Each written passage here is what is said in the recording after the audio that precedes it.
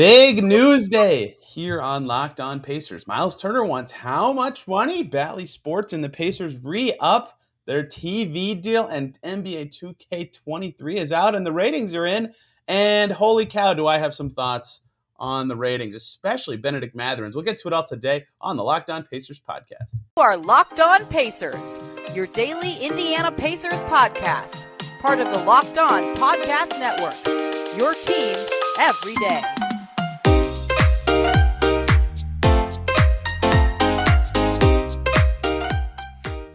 Welcome in to another edition of the Locked On Pacers podcast, where we, of course, talk about the Indiana Pacers. As always, my name's Tony East. I cover the team for Forbes and the West Side Community News. And today, big news day. Lots of stuff happening in the Pacers sphere with the season and training camp opening in just about 3 weeks now. Crazy to think about, a little less than that. We'll get media day rolling and stuff like that. First and foremost, in the midst of the Russell Westbrook chatter crossfire, Michael Scotto, friend of the pod, of HoopsHype reports Myles Turner wants how much money in free agency? We'll cover all that today, plus a new TV deal for the Pacers. They extend their contract with Bally Sports. We'll talk about streaming options for fans, and NBA 2K23 came out last Friday for me and Zach talking here. It was yesterday. A lot of ratings there, and holy cow, do I hate them. And we will talk about them all today. But we'll start with the big one. Myles Turner, the center, the man in all the rumors for every second of his life. Michael Scotto of HoopsHype reports, quote, Myles Turner is going to be a free agent this summer, and he's going to want a pay raise from what he's making now. From what I've heard, they're going to be looking to try to get over $20 million annually. That's something you've got to factor in if you're trading for Turner. So joining me to talk about all this news from Pacers Press, his new Substack publication, is Zach Pearson. Zach, what do you think of Myles Turner, the $20 million man? Yeah, well, thanks for having me. Turner, I think wanting $20 million in free agency is not that surprising, given kind of the landscape of what happened this offseason, and it's on the last year and all that good stuff. I do wish he had like a defensive player of the year going in his favor, but he's a proven starting player. He's almost 27, I believe. So he's one of the best defenders at the rim in the league, and I think the hard part will be finding a team with the best fit for him that also has like the value for him on both ends of the floor for their future. So that'll be probably the tougher part for like the marriage of both parties. Yeah, he's in an interesting spot because to zoom as far out as possible, right? Myles Turner signed his current 4-year extension in 2018, right? And he was worth $18 million a year then, and that was 4 years ago. And even if it's been kind of incremental as he's sort of played different roles and played alongside Sabonis, he has gotten better since then at a lot of little things and confidence and things like that, and just learning how to be an NBA player. If he was worth $18 million 4 years ago, the cap environment's gone up. He's a better player. Yeah, that's a $20 million player, right? From that perspective, it's very easy. However, there is also the changing dynamics of the value of the center position and Turner being older and things like that sort of play in and make it interesting to say. Because I talked about on this show this summer, Turner can extend a veteran extension right now, today, with the Pacers for this money that he apparently will want next summer for that $20 million number. He could do that today with the Pacers. So it's interesting, and I get why he wouldn't do that, because that offer from the Pacers would likely be there next offseason, but it's just interesting to hear the value he thinks about. So the other zoom out thing I want to talk about is you look at this summer, the centers that signed this summer with new teams. DeAndre Ayton, obviously Pacers fans know about that, gets $33 million per year. Yeah, he's better than Turner, but is he twice as good as Turner? No. And Yusuf Nurkic, Myles Turner's better than Yusuf Nurkic. He gets 4 years, $70 million. That's $17.5 million per season. Mitchell Robinson, a young center who can defend but can't shoot, gets 4 years, $60 million, right? $15 million a year. Turner is a better defender and a much better offensive player than Mitchell Robinson, even though Robinson's a good lob threat. So looking at those values, to me, it's like, yeah, he's clearly a $20 million player. The question is, does it make sense for the Pacers or whatever his new team is? Like you said, that marriage has to be right, and that's where it's a little harder.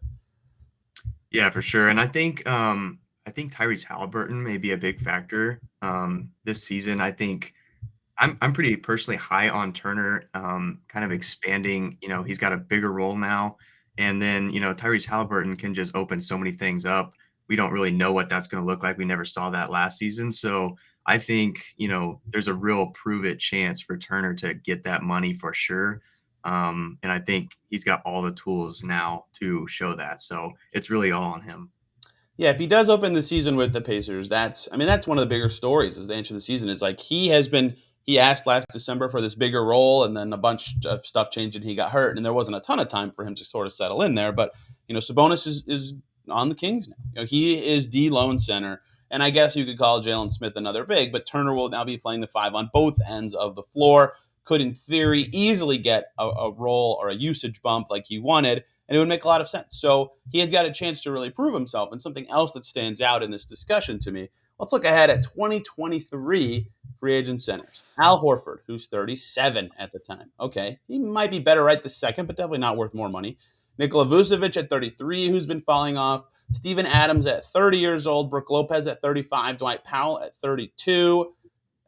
Derek Favors at 32. Serge Ibaka at 34. Like outside of, let's say, Jakob Pertl, um, that's kind of it. Depending on how you feel about Drummond, like the unrestricted center market for guys who are in their prime next summer is not that strong. It's pretty easy to argue Turner's the best center on the market next year. So, like, if you're the Mavs and you're losing Dwight Powell, or you're one of these other teams that might end up with space, like there's going to be, I think, about 10 to 12 teams with space next year. It might make sense if you need a center to say, okay, Turner's the best one. He's malleable. He fits with a lot of teams. So, if you're a good team with space, he might be the best option. And that's why he might not want to consider an extension right now. And that's why he might be easily in the right to say, yeah, I want 20 million plus next summer because I'm the best you can get on this free agent market unless Al Horford decides to play till he's 45.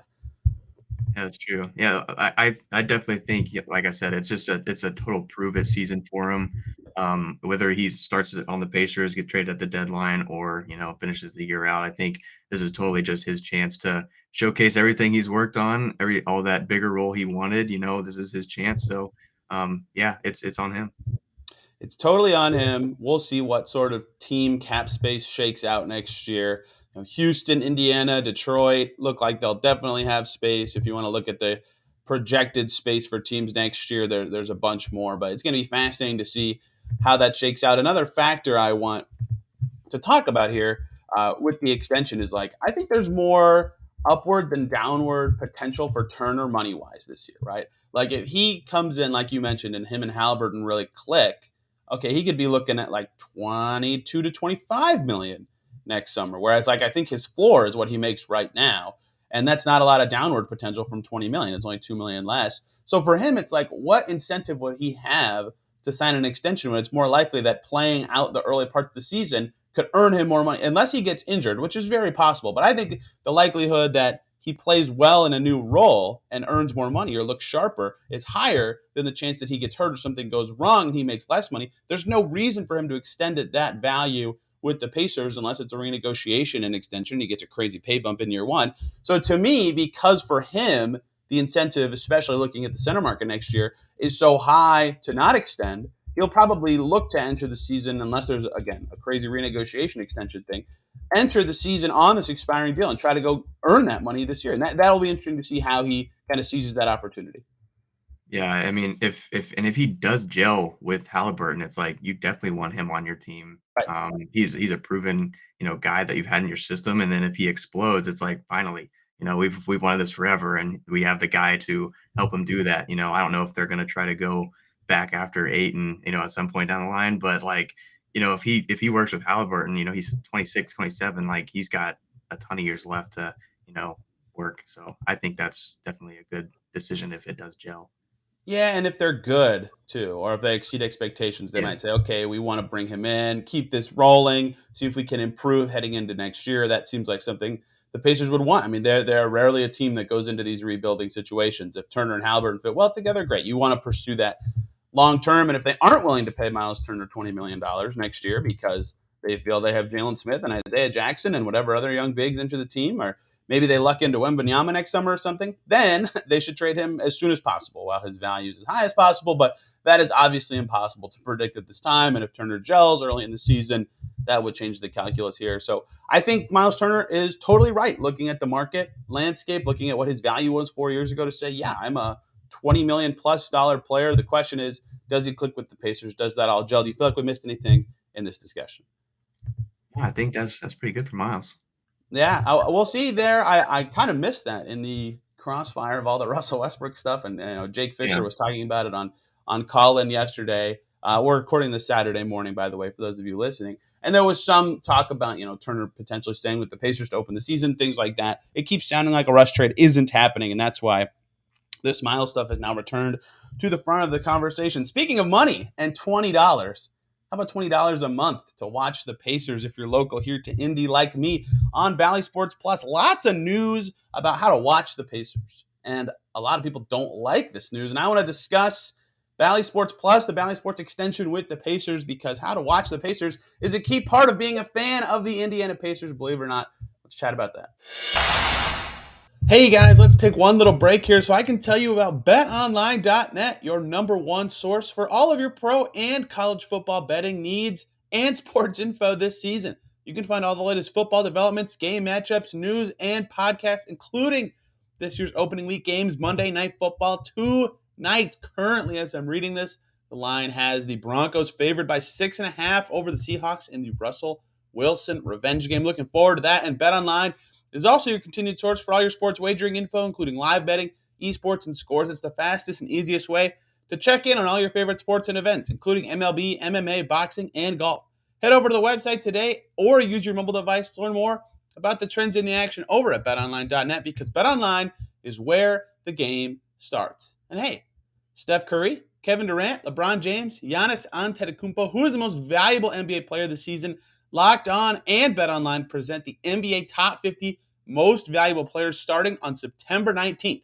Find it on Locked On NBA wherever you get podcasts and on YouTube. Now let's get back to chatting with Zach Pearson. Thank you, as always, for making Locked On Pacers your first listen today and every single day. For your second listen, since we were just talking about Russell Westbrook for like a brief second, I'll plug Locked On Lakers here. Those guys kill it, covering that chaotic, dramatic Lakers team. Bally Sports and the Pacers agree to a long-term extension. The price and years of that extension TBD, which for fans, honestly, not the most important part of this is how long or expensive the Bally Pacers partnership is, but that is the official TV provider for the Pacers now.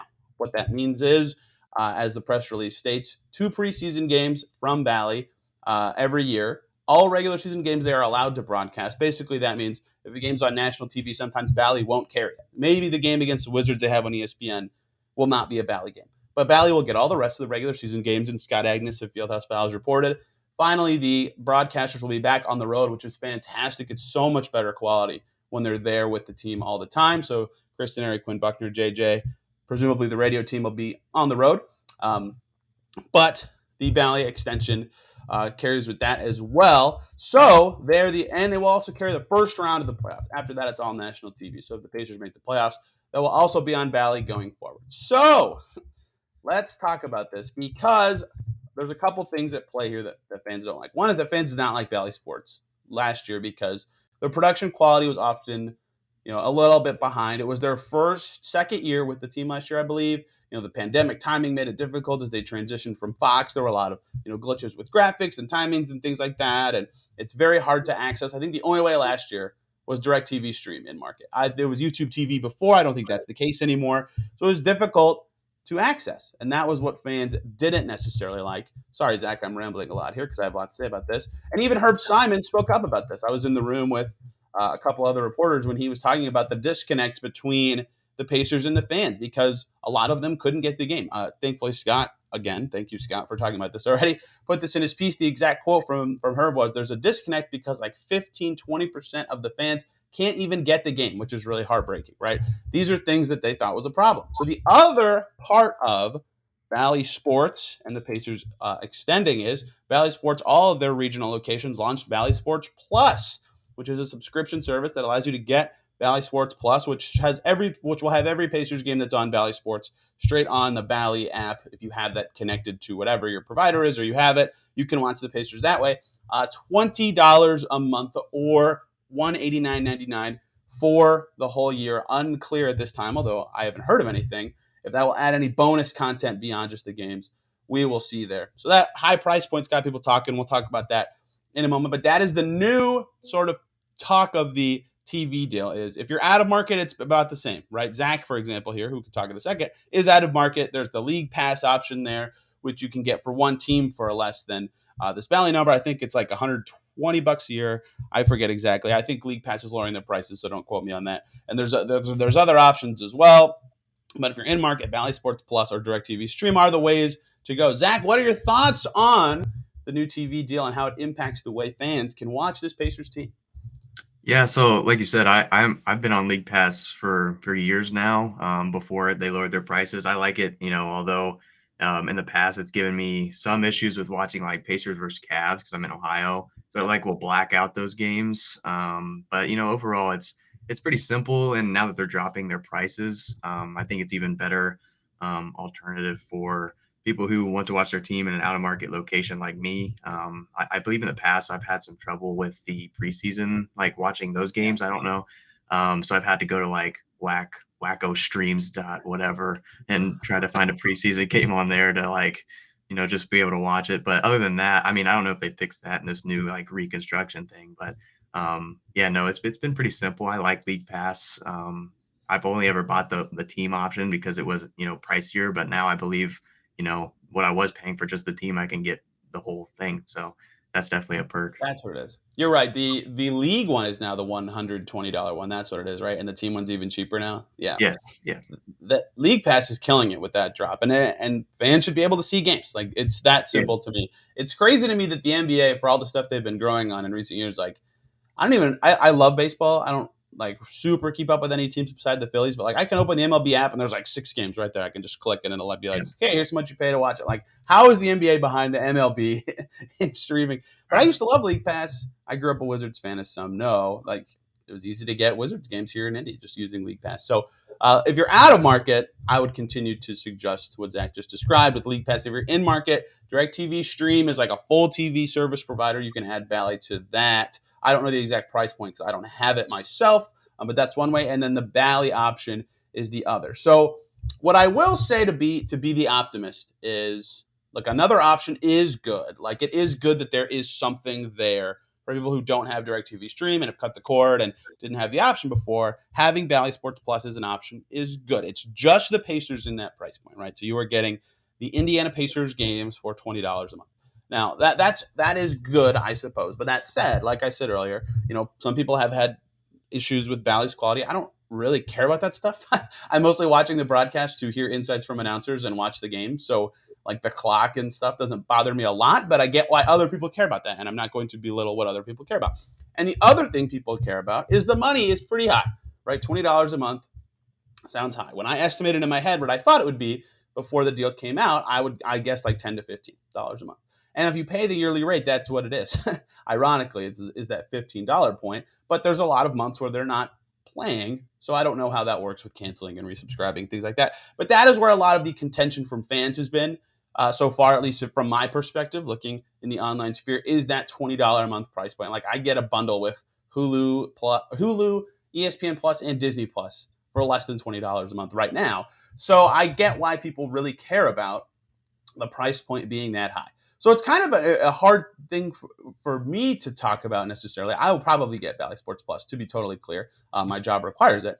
But, you know, like to me, a crappy option is better than no option, right? Like I think everybody agrees with that, but it's still a crappy option. And that's why everybody is, upset at the price point and worried about the production quality because in the years past it hasn't been great. So we will see. Perhaps that they add additional programming or the quality goes way up and it's super worth it to me. And in that case, that would be fantastic. I think fans would love that product. But we'll have to see. And I think that it's going to be interesting to how it enters the season. Because again, I think a crappy option is better than no option. But again, it's still, if you call it that, a crappy option. And I don't know if it's going to be a crappy option. It could be way better when the season starts. But as of now, given the information we have, I get why fans feel the way they do. Yeah, I mean, and I know for League Pass, the team there's like two different. You get the team pass and then you get the whole league. I believe they're including like NBA TV now, Yep, yep. in just like the League Pass version. So that's definitely a perk as well. Because before I would have to like, who has cable that I can come and watch the Pacers. So that was definitely a struggle when I had it. But now that they're including that, that's definitely a perk for there as well. And that's sort of what I mean by bonus content. JJ kills it on the pregame show. with Eddie Gill for the Pacers, and their post game show is good. But like, what if they had a Pacers talk show? What if they like sideline guys with Pat Boylan Right. and JJ? What if that could somehow be looped into like a 30-minute TV segment somehow? And that would be more work for them. So, that's Yeah. up to that partnership. But like that sort of thing is something that I'd be curious if they're thinking about adding to this package. And I think that would make it worth it for fans to get additional content, to get inside looks, to pay money for something that they really enjoy. And obviously they love the games. And I think a lot of people will end up paying. I actually think the online reaction will not match the total reaction. As always, that's the case with everything. But we will see how this ends up going. And I would like to, again, be the optimist and add one more take here. I understand the frustrations. Bally is new, though. I would like to give them time to grow with a new product and an exclusive product that makes it possible for people to watch games. I understand the frustrations at the price point, but let's give it a chance, guys. Like maybe it turns out to be great. Maybe there is more on the horizon that we don't know about yet. This is all still very new. But that said, I totally understand frustrations and why people are up in arms about the price point. One more news thing to talk about today. NBA 2K13. I just said 2K13. I'm in the past. That's the last 2K I own, actually. NBA 2K23 came out this past Friday on the 9th, and Pacers player rankings are in, and they stink. Let's talk about them.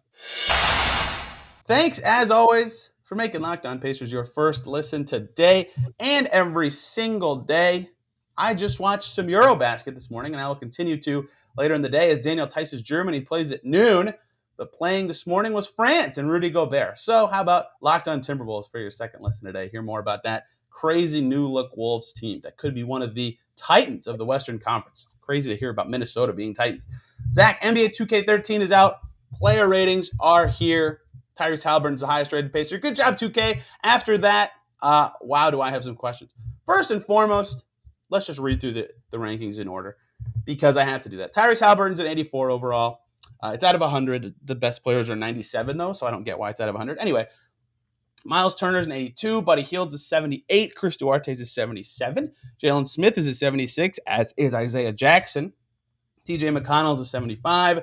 Daniel Theis, Goga Bitadze, O'Shea Brissett, all also 75. Terry Taylor's a 74. Aaron Nesmith is a 71. Andrew Nembhard is a 70. And not on the website I'm using, but thankfully the Pacers tweeted it out. Benedict Mathurin is a 74. Sweeping thoughts, Zach. Zoomed out. What do you think of those? That order. What do you think of those rankings? You're Yeah, I smirking. mean, You're smirking. yeah, I mean, it's the most Indiana 2K ratings they've ever put out. I mean, it's just like that's how it always is, right? I mean, O'Shea Brissett doesn't even have his face in the game, so it's just like, yeah, I don't know. They always do this. I mean, like you said, the last 2K I did buy was like 2K17, and that's because Paul George is on the cover, so I was like, gotta buy it. But like, yeah, it's just that's the most Indiana setup. I mean, I don't know. I'm not really concerned too much about how they compare with the rest of the league, mostly because they're a rebuilding team. Like that doesn't bother me a lot. Just and let's back up a tiny bit. I know that the way 2K has to do this is like you get a rating for your skill at doing this thing, right? Shooting threes, dribbling. They have a bajillion categories that you get ranked in. So in theory, this ranking is a skill ranking. And I say that to say it's separate from impact. And I think that that is key to think about when talking about this because guys who are like insanely good in their role and have a high impact, like 3-and-D players, are going to naturally get underrated in this because they have really high three-point skills and defensive skills in the game, but all the rest of their stats are low. And the way that the algorithm does it for 2K means that they're a low-rated player, even though they're hugely important to the success of their team in real life, right? So that's how, like, I think right now Buddy Hield's probably better than Chris Duarte, but like Buddy Hield's going to get a good rating in these games because he has a lot of offensive skills, whereas his defensive impact is not very good, right? Like those things matter to me. So I will start with the biggest what of the whole list to me, and that is that Benedict Mathurin is a 74 and is below ranking wise Brissett, Bitadze, Theis, McConnell. Like it's possible those guys are better than him this year. They've all played in the NBA before. They've had better seasons, but I think there's a pretty good chance that we're looking at Benedict Mathurin as higher than a 74, and they change the ratings as time goes on. But that seemed a little crazy to me. That was the first one that jumped out to me. Yeah, Benedict Mathurin at 74 is yeah, I don't know. It's like the most Indiana score mixed with he's a rookie, so like I get it, but like I don't know. It's 6 overall pick seems like you should have some more attention to, what like, I don't know if they factor in summer league or any of that good stuff, but I mean, like, if you show out, it's like kind of the first look at how you're going to be on an NBA floor. It's like I feel like that should factor in a little bit, but 74 being under guys who have played in the league, I kind of get it, but I guess I don't remember what Duarte's was last year going in versus what his is now, but yeah, it just seems odd. But I mean, he'll have to just show everybody. So the credit of 2K, like Banchero is a 78, Jabari Smith is rated 78. Like they are consistently putting the rookies, around this level. But to me, it's like I understand why that they go lower with the rookies, but it just seems like they should be a little higher to me. That stands out the most, especially just given where the vets rank for the Pacers. The second guy that stood out to me, and I think this one's interesting because it's kind of the opposite. Isaiah Jackson, 76, higher than Thais Patadze, Brissett, McConnell. Like, yeah, I get why. This is what made me do my talent versus impact rant early in this, or skills versus impact rant. Is like his lob durability, his defensive switching ability, his speed. All these things are going to like look good on a 2K rating list. And Isaiah Jackson will be better than all of those players. Like in due time, it will not be very long until I think he's better than all four of those guys who I just said are 75. Right now, I don't think he is. He can't. He doesn't have the shot yet. His handle's still a little loose. Very foul prone last year. Like he could very easily prove early in the season this year that he is better than those guys, and I think he'll get a chance in the rotation to do exactly that. Right? There's again that I get why he's rated high given the way 2K does it, and I think if I'm looking at this correctly, they're a tier 3 team on 2K, and they have Isaiah Jackson as the starting four for the Pacers on their thing. I don't think they listen to Rick Carlisle saying that would be Jalen Smith. Either Right. way, they have a higher rating for Jackson than I expected, which is interesting. Even though I think he will get to that level at some point. Yeah. So I was doing some digging before this, just looking at Oh, his ratings compared to the draft class, and so Chris Duarte they have at 11th in terms of like overall in the draft class for 2021. And then they have Isaiah Jackson at 13. So to me, that's like, okay, they are really high. I mean, it says a lot about Isaiah Jackson, but to me, if Duarte finished out last season, I think he's in a much different conversation than I think he's a 77. I think he's definitely puts himself a little bit higher up, but Isaiah Jackson being only 2 spots behind Chris Duarte in that, I think that just says a lot about the Pacers and them being very happy that they turned Aaron Holiday into Isaiah Jackson. Yeah, that trade turned out really special for the Pacers. Duarte, yeah, 11th in that class. So the only guy who two guys who didn't make all rookie ended up ahead of him. Well, Şengün and Davion Mitchell are ahead of him on this list, but they're both also 77s. Whatever, that's the Yeah. same thing. You got me clicking through these draft classes. I did not know that they had this. Thank you to 2kratings.com, a website that I now know Yep. exists, for being very helpful in ranking these things. So I opened up the 2022 class with Matherin in it. He has a lower rating than 10th overall pick Johnny Davis, apparently. The same rating as 8th overall pick Dyson Daniels. The same rating as the 14th pick as well. I'm confused how they did draft picks this year. I guess they're kind of guessing in general. Like that's just sort of how it's going to be with these guys. But that doesn't that just makes sense. In theory, wouldn't it be like the first is the best and the 60th is the worst? I don't know. But Jackson and Matherin were the first two that stood out to me looking at the Pacers in general. Yeah, no, I mean, like I'm really excited to see Isaiah Jackson in this. This is year 2, right? Yeah, it's year 2. Yes. So time is crazy, but yeah, I'm definitely excited to see more of Isaiah Jackson. I think really defensively, seeing those kind of steps. I don't know what his like exact role is going to be, probably in a rotation kind of setup, but I guess well, it depends on if Turner's still around or whatever. But yeah, no, I'm definitely excited to see it more of Isaiah Jackson and him definitely showing that he's higher than a 76 overall. In general, I think they got the order mostly right, but I think it is sort of revealing about the Pacers in general that like their top 7 players are all guards and bigs and not really wings, except for Duarte. Really, if you want to say forwards exclusively, he gets like their top 9 players. Only Duarte is a forward at all before you get to then O'Shea Brissett, Terry Taylor, and Aaron Nesmith. So 2K ranks it out the same way that the narrative is going to be this year. How can a team without any wings or with very few wings succeed? The Cavs will be the ultimate litmus test of that. I want to talk about Aaron Nesmith in this to kind of close up as I look at this. He's a 71, the second lowest Pacer rated. And maybe when Kendall Brown signs or some of these, Servetus isn't even ranked. Servetus, excuse me. I see his name right now, and I always say it too fast.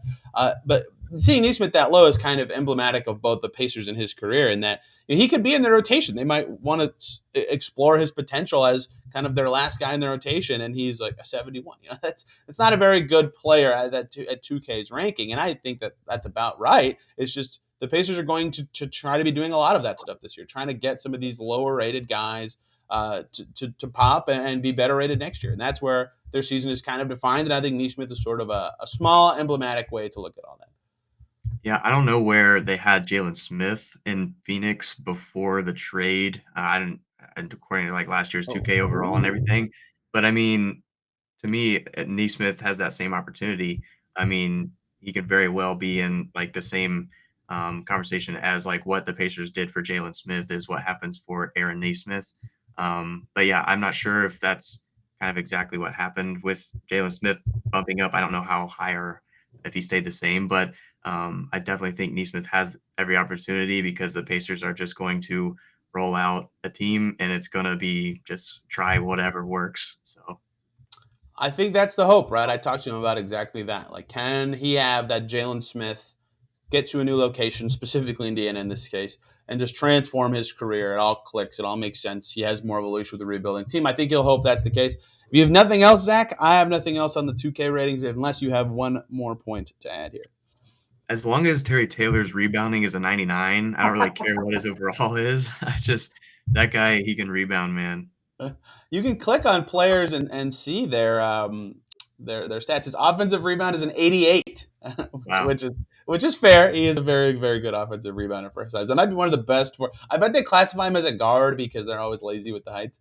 Yeah. Yeah, they do. Position shooting guard / small forward. That's very funny. He might have the best offensive rebounding grade for a guard of anyone in this Yeah. game. That's all I have on 2K, unless you have anything else. But if not, Zach, where can people follow you and your new venture with Substack that we talked about earlier?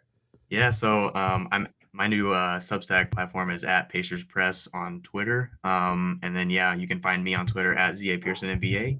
But yeah, thanks for having me. Zach making his mark in the Pacers sphere must follow in this realm. Thank you guys a ton for listening today. Assuming this goes out Monday and does not get superseded by some other news as the weekend progresses, we'll be doing Buddy Hield season preview coming up very soon, as well as talking about potential award predictions. Going to be a fun week here on Locked On Pacers. Till then, thank you guys for listening. Have a good one. We'll see you soon.